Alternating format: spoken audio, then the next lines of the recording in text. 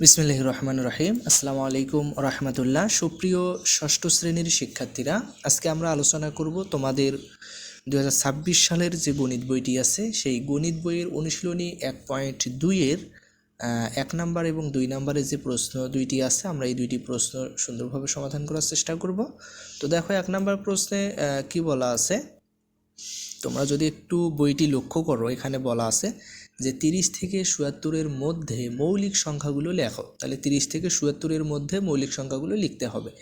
তো এখানে মৌলিক সংখ্যা আসলে কি, আমরা একটা সহজ ব্যাখ্যা দিয়েছি, সেটা হচ্ছে মৌলিক সংখ্যা হলো সেই সব সংখ্যা যাদের এক এবং ওই সংখ্যাটি ছাড়া অন্য কোনো সংখ্যা দিয়ে ভাগ করা যায় না অথবা নিঃশেষে ভাগ করা যায় না।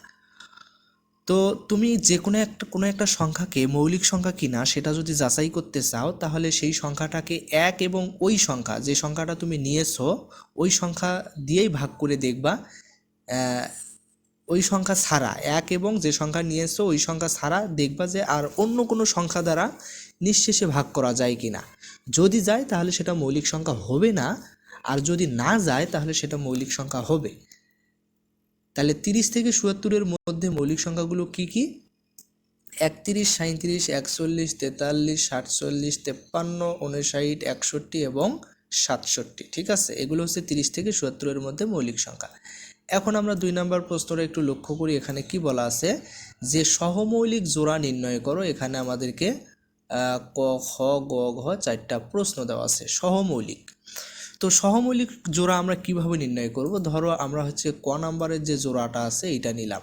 এই জোড়াটা আসলে সহমৌলিক কিনা, এজন্য আমাদের হচ্ছে দেখতে হবে এই জোড়া দ্বয়কে শুধুমাত্র এক গুণনীয়ক ছাড়া যদি অন্য কোনো সংখ্যা দ্বারা ভাগ করা না যায়, তাহলে এই জোড়া হচ্ছে কি হবে? সহমৌলিক হবে। তো এখানে ব্যাখ্যাটা যদি আমরা একটু দেখি, যে যদি দুইটি সংখ্যার সাধারণ গুণনীয়ক শুধু এক হয়, অর্থাৎ এক ছাড়া অন্য কোনো সংখ্যা দিয়ে দুটিকে ভাগ করা না যায়, তবে তাদের সহমৌলিক বলা হয়। ঠিক আছে, অর্থাৎ এক ছাড়া অন্য কোনো সংখ্যা দ্বারা ভাগ করা যাবে না দুইটা সংখ্যাকে। যেমন ক নাম্বার প্রশ্নটা 27, 54, এরা আসলে সহমৌলিক কিনা আমরা একটু লক্ষ্য করি।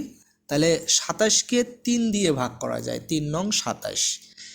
এরপরে হচ্ছে 54কেও দেখা যাচ্ছে 3 দিয়ে ভাগ করা যায়। তাহলে এক ছাড়াও 27কে 3 দিয়ে ভাগ করা যায়, 54কেও 3 দিয়ে ভাগ করা যায়।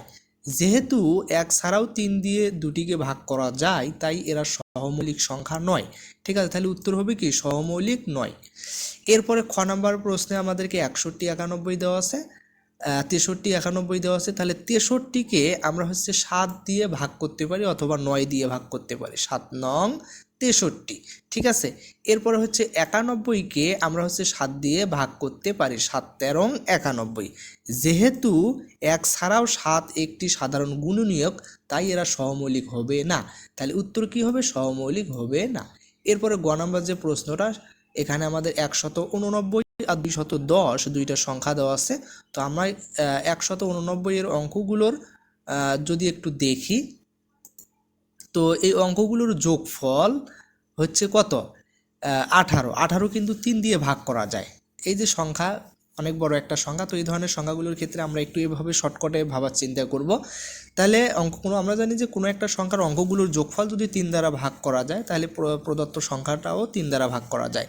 তাহলে 189 এর অঙ্কগুলোর যোগফল হয় 18। তো 18 কিন্তু 3 দিয়ে ভাগ করা যায়, এই কারণে 189ও 3 দিয়ে ভাগ করা যাবে। এরপরে হচ্ছে 210 যে সংখ্যাটা আছে, এর অঙ্কগুলোর যোগফল যদি আমরা দেখি তাহলে হয় 3। 3কে 3 দ্বারা ভাগ করা যায়, তার মানে 210 সংখ্যাটাও 3 দ্বারা ভাগ করা যাবে। যেহেতু আমরা দেখতে পাচ্ছি সংখ্যা দুইটিকে 3 দিয়ে ভাগ করা যায়, তাই এরা হচ্ছে সহমৌলিক নয়। তাহলে উত্তর হবে সহমৌলিক নয়। এখন ঘ নাম্বার প্রশ্নটা আমরা দেখি। এখানে আমাদের 52 আর 97 দেওয়া আছে। তাহলে 52 এর গুণনীয়কগুলো আসলে কি কি?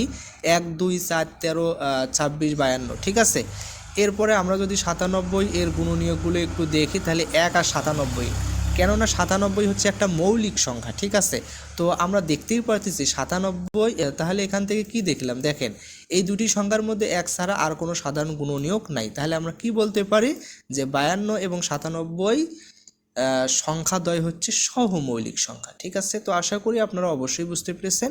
পরবর্তী ভিডিওর আমন্ত্রণ জানিয়ে এখানেই শেষ করছি। আসসালামু আলাইকুম ওয়া রাহমাতুল্লাহ।